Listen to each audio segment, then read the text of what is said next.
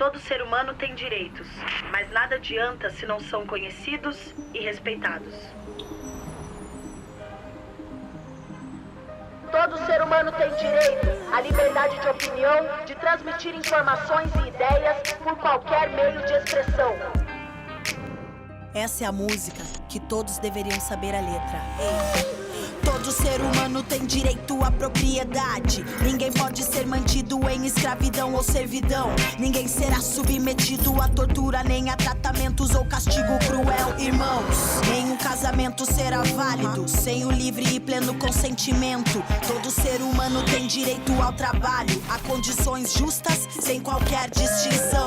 Todos os seres humanos nascem livres e iguais, em dignidade e direitos, sem distinção de raça, cor, sexo, língua, religião, opinião, nem de riqueza, nascimento ou qualquer outra condição. Toda pessoa tem direito à instrução que desenvolva a personalidade humana e reforce o respeito aos seus direitos. São seus direitos. São seus direitos. São seus. São seus direitos. São seus.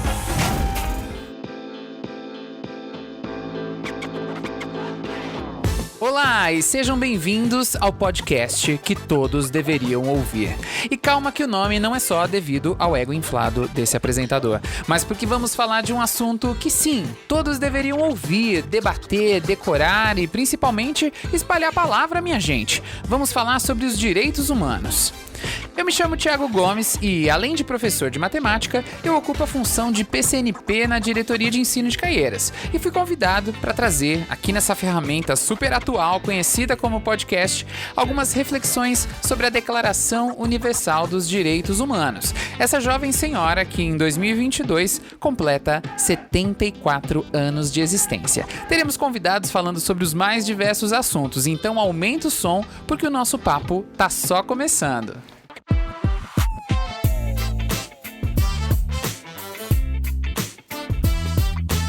A música que todos deveriam saber a letra. Esse é o título da música que vocês ouviram no começo do nosso podcast e que serviu de inspiração para batizarmos o nosso encontro de hoje. Com esse título, o Conselho Nacional do Ministério Público lançou em 2018 um videoclipe em celebração aos 70 anos da Declaração Universal dos Direitos Humanos. A campanha foi uma iniciativa da presidência do CNMP com apoio da União Europeia.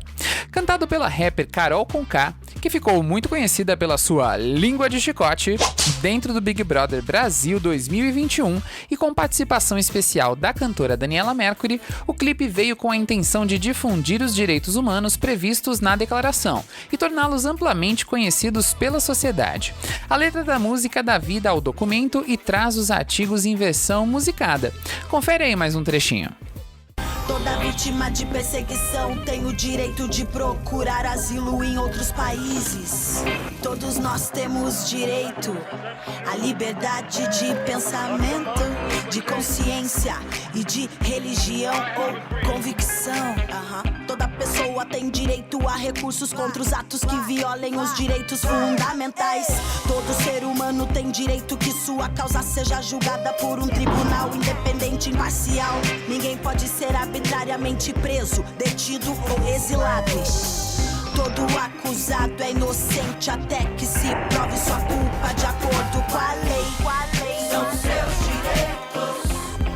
São seus direitos. São seus direitos. São seus. A história nos ensina muita coisa. Uma delas é que as pessoas já tiveram que viver em tempos e lugares onde só valia a lei do mais forte.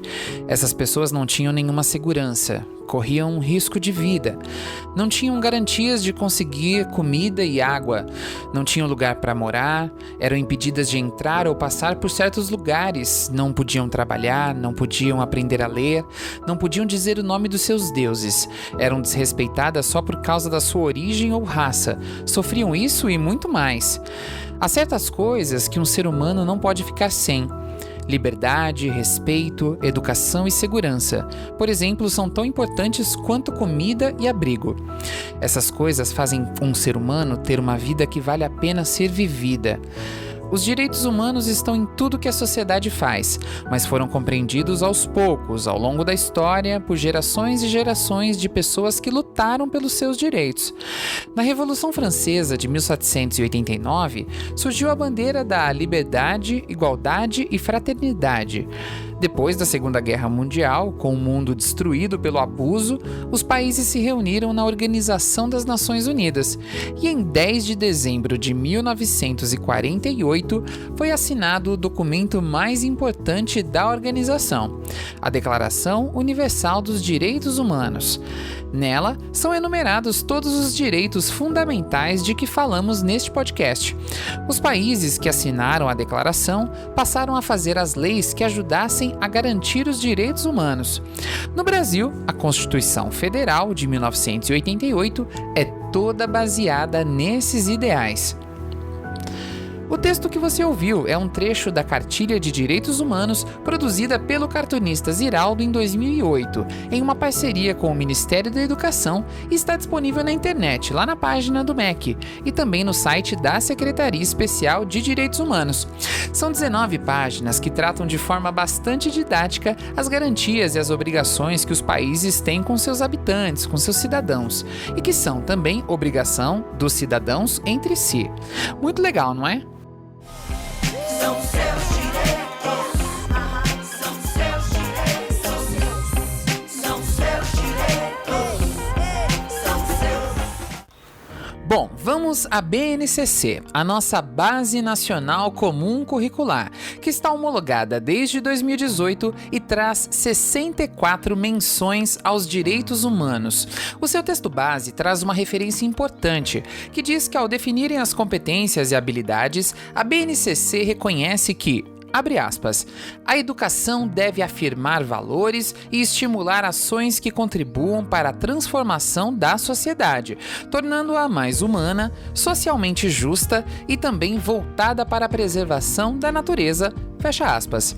E aí, passando pelas 10 competências gerais da educação básica, encontramos de cara 2 competências, a 7 e a 9, que tratam especificamente sobre os direitos humanos, mas chamam atenção para a 9ª, que diz o seguinte: competência 9, exercitar a empatia, o diálogo, a resolução de conflitos e a cooperação, fazendo-se respeitar e promovendo o respeito ao outro e aos direitos humanos, com acolhimento e valorização da diversidade de indivíduos e de grupos sociais, seus saberes, identidades, culturas e potencialidades, sem preconceitos de quaisquer natureza. Mais que justificado, não é mesmo? Falamos sempre de habilidades estruturantes, habilidades essenciais, então que fique registrado que exercitar a empatia é essencial da primeira infância até a melhor idade. São seus direitos. São seus direitos. São seus direitos. São seus. Mas será que nós educadores sozinhos conseguimos promover todas essas importantes reflexões nas escolas? Não. Precisamos do apoio da comunidade e principalmente dos nossos amados estudantes, né? Em 2022, o antigo Grêmio Estudantil deu lugar à equipe de coordenação gremista. Não temos mais presidente, né? Temos coordenador geral de Grêmio Estudantil. E que vai ter uma aliada forte na implementação das políticas dentro das escolas da preservação aos direitos humanos, a Comissão Gremista de Direitos Humanos. O novo Estatuto dos Grêmios prevê, lá no seu artigo 13, a inclusão de 3 a 7 estudantes especificamente para viabilizar a discussão e reflexão acerca de questões de convivência para a construção de uma escola livre de práticas preconceituosas ou discriminatórias, sejam relacionadas a gênero, pessoa LGBTQIA+, pessoa com deficiência, pessoa idosa, origem étnico-racial, confissão religiosa, convicção política e ideológica, devendo ser combatidas todas as formas de violência, sejam institucionais, físicas, verbais, simbólicas, sexuais, raciais, por meio de bullying, cyberbullying, intimidação ou até punição corporal. E para falar um pouquinho sobre essa comissão e o seu papel nas escolas, vamos ouvir do professor Leandro Negrete, que é gestor dos Grêmios Estudantis Paulistas da Secretaria da Educação, SEDUC. Bem-vindo, Leandro! Olá, professores, olá, professoras. Eu sou o professor Leandro Negrete, Atualmente estou afastado aqui no Centro de Gestão Pedagógica, na SEDUC, e estou atualmente como gestor do Grêmio Estudantil Paulista. E para esse ano nós temos uma novidade, né? Saiu a resolução número 18, do dia 8/3/2022, com essa Comissão Gremista de Direitos Humanos, ela surge para levar mais voz e vez para todos os estudantes nas escolas. Uma vez que o Grêmio Estudantil ele é formado por instâncias, e essa Comissão Gremista de Direitos Humanos, então, ela vem como uma forma de ampliar a participação de todos os estudantes da escola e ampliar a inclusão da diversidade da escola. A comissão vai surgir como defesa dos direitos humanos e também pelas causas e temáticas sobre a dignidade humana. Então, a promover atividades contra a violência com as mulheres, promover atividades também contra o racismo, promover atividades que possam ampliar o respeito com a pessoa humana na escola, para que todos se sintam incluídos, toda a diversidade da escola, desde a questão de idade, de etnia, as questões também de gênero, né? LGBTQIA+, tudo aquilo que convive dentro da escola. E a intenção é que eles promovam, então, atividades, debates, reflexões, e a partir disso, eles consigam, então, chegar ao ponto de ampliar e melhorar a convivência na escola. Essa ampliação da convivência, melhoria da convivência, do respeito na escola, também vai permitir que esses estudantes, então, se sintam ouvidos. A própria Comissão de Direitos Humanos vem também para acolher aos outros estudantes. Então, por exemplo, algum estudante que se sentiu discriminado por algum motivo dentro da escola, ele pode procurar essa Comissão de Direitos Humanos para conversar. É claro, né, nós temos os adultos dentro da escola que fazem esse papel de ouvir esses estudantes, como o vice-diretor ou o POC. Eles vão querer, talvez, procurar ali o estudante que tem uma idade mais próxima, né, para um diálogo um pouco mais de jovem para jovem, né. E aí esses meninos vão ser orientados e terão também o apoio dos psicólogos da educação, né, para que eles possam, quando ouvir os relatos dos estudantes, saber também conversar lá com o POC, com o próprio vice-diretor, para que determinadas situações possam ser resolvidas, né, sem expor, é claro, o estudante que procurou esse rapaz, esse menino, essa menina, né, que pertence à Comissão Gremista de Direitos Humanos. E Leandro, conta pra gente qual a importância da gente ter uma comissão de estudantes dentro da escola para tratar diretamente a temática dos direitos humanos. Nós estamos voltando de um período de pandemia, não que a pandemia tenha acabado, mas nós estamos voltando do distanciamento social para novamente conviver nas escolas. E esse voltar à convivência escolar, voltar ao chão da escola, começou a despertar hábitos e formas de convivência que não eram muito comuns antes da pandemia. Esses meninos, essas meninas que estão retornando agora para a escola, eles conviveram muitas vezes apenas com jovens, porque pais e mães estavam trabalhando, por exemplo, e sem uma orientação de um adulto.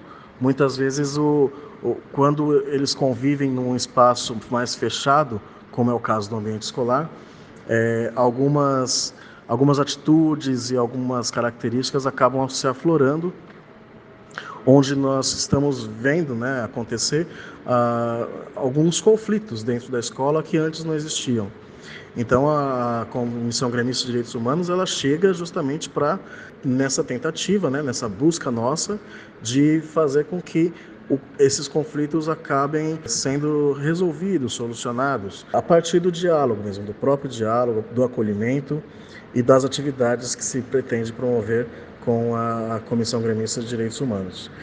Os jovens, então, os meninos e as meninas que tiverem essa vontade, que quiserem participar dessa ação na escola, eles serão, então, acolhidos para essa comissão e eles receberão também a formação, acolhimento, orientação, para que eles não estejam sozinhos também nessa luta e nessa atividade que é uma atividade protagonista dentro da escola. Obrigado, Leandro! Então, professor, se na sua escola você conhece estudantes que tenham esse perfil, que se identifiquem com essas temáticas, mesmo que não sejam da equipe gremista eleita esse ano, peçam que eles procurem a gestão das unidades escolares para participar dessa frente. Todos os estudantes podem participar, todos devem abraçar essa ideia. São seus direitos. São seus direitos. São seus direitos. São seus.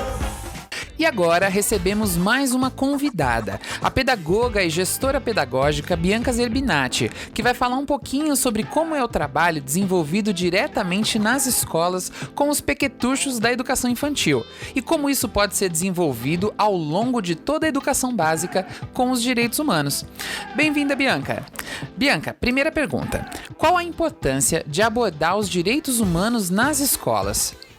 Eu acredito que no momento que a gente está vivendo, especialmente nos últimos 2, 3 anos, a gente está com uma situação muito complicada, né? E nunca se fez tanto necessário esse trabalho. E eu, como uma educadora infantil da primeira infância, digo que é de extrema importância isso começar na base, né? No alicerce. Porque se o alicerce não for forte, fica muito mais difícil consertar, muito mais trabalhoso, muito mais caro.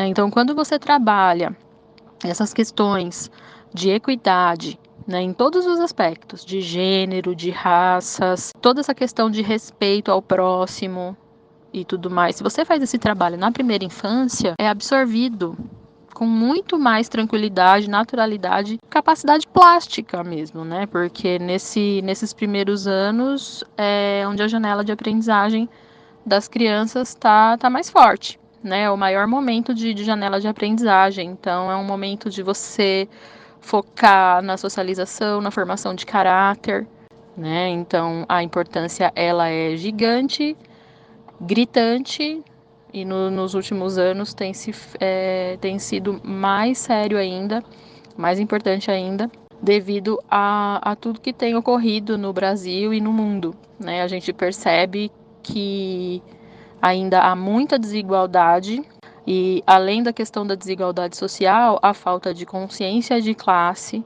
a falta de amor ao próximo, a falta de respeito a todos, né? Então, nunca se fez tão necessária a gente se debruçar como educadores nessa proposta de trabalho nos direitos humanos. Bacana! Mas muitos gestores e professores parecem encontrar algumas barreiras para falar sobre alguns assuntos com os estudantes, com a comunidade. Conta pra gente, por que parece difícil abordar essa temática nas escolas? Essa abordagem, ela é difícil. Ela é difícil quando a gente está fazendo esse trabalho com crianças pequenas e com crianças maiores e com adolescentes. Porque sempre vai ter alguém que não vai concordar, né? Eu digo isso e vou falar da minha experiência em escolas de educação infantil. Nas escolas de educação infantil, a maioria das crianças, elas chegam na escola desprovidas de vícios de preconceitos, de qualquer tipo de preconceito. Então, eles têm ainda uma ingenuidade muito gostosa de você ver acontecer os laços se formando, né? Mas claro que já a gente recebe crianças que já têm outros comportamentos decorrente aí da sua base familiar, né, de convivência. Isso não tem como a gente impedir de acontecer. Mas, na grande maioria das crianças, existe aí uma tranquilidade para se fazer esse trabalho com relação aos direitos humanos, porque as crianças estão muito abertas, muito receptivas, né? O grande dificultador hoje para se fazer um trabalho com relação à equidade de gênero, propostas antirracistas, né, que é o que mais a gente aborda, né, na educação infantil. Na educação infantil a gente tem abordado muito questões assim de não tem cor de menina, nem cor de menino, não tem brinquedo de menina, não tem brinquedo de menino, e assim sucessivamente. Não tem jogos para meninos e jogos para meninas, todos somos iguais, temos as mesmas capacidades e habilidades, que podemos aí ir aperfeiçoando, né? Então, todo mundo tem o direito de experimentar. Isso gera polêmicas. Não existe um ano tranquilo quanto a isso. Nos meus 22 anos aí de magistério, atuando em sala de aula e em gestão escolar, eu vejo esse dificultador. Você está mexendo com valores, né, com os valores de cada família. E muitas vezes eles não entendem que esses valores não podem passar por cima do direito do outro, né, do respeito ao próximo, né? Então, a gente tem sim muitas questões que o dificultador nesse caso não é o trabalho em sala de aula, é o trabalho de conscientização com as famílias. E a gente tem que fazer esse trabalho anualmente e incessantemente com as famílias. Perfeito!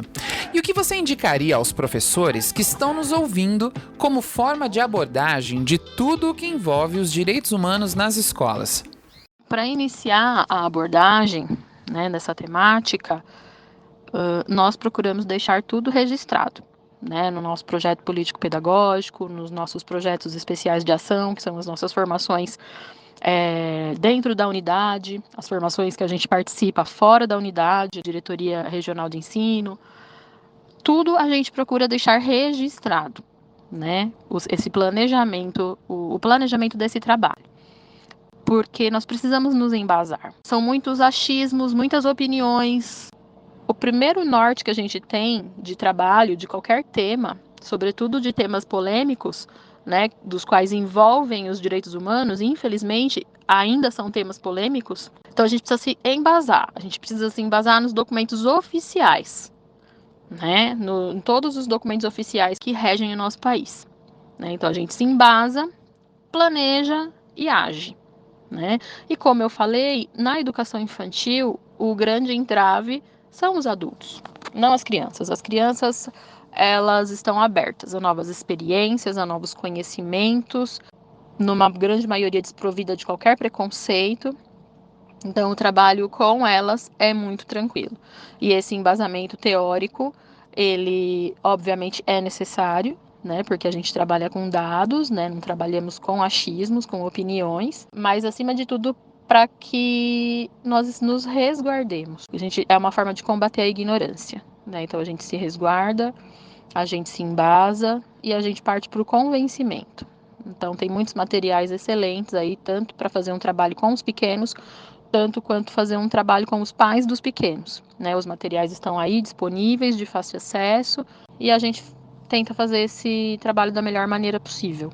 Show de bola!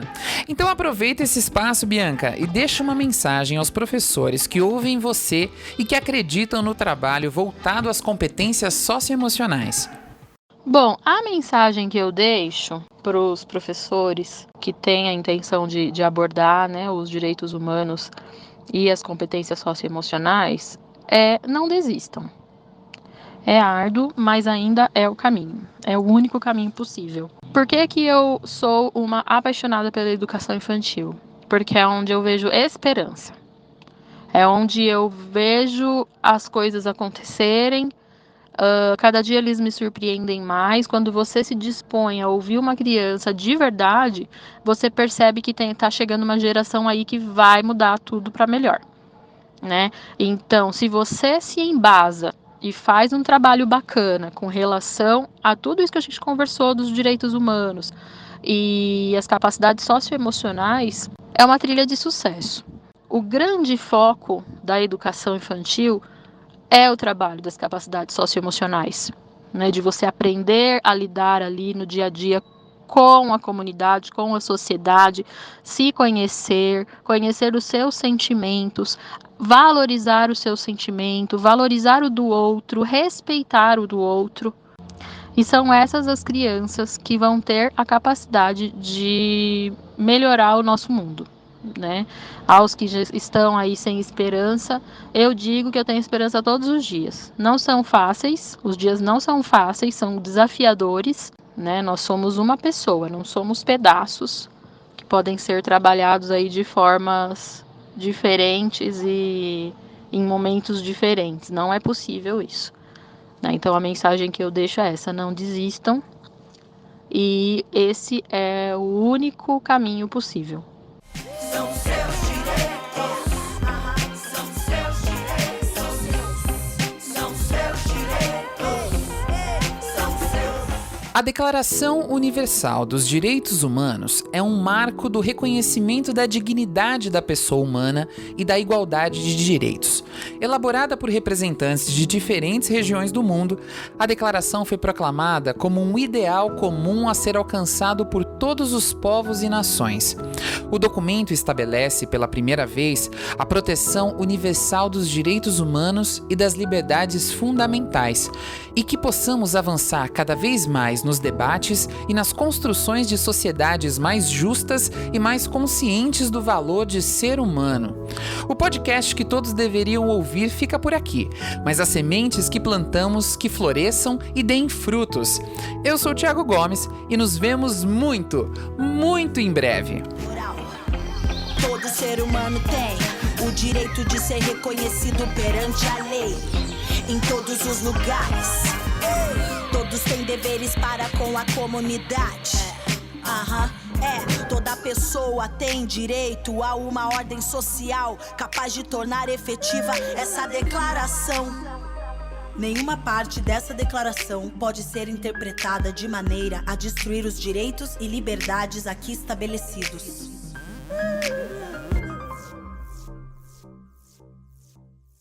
Saber a letra dessa música constrói uma sociedade mais justa.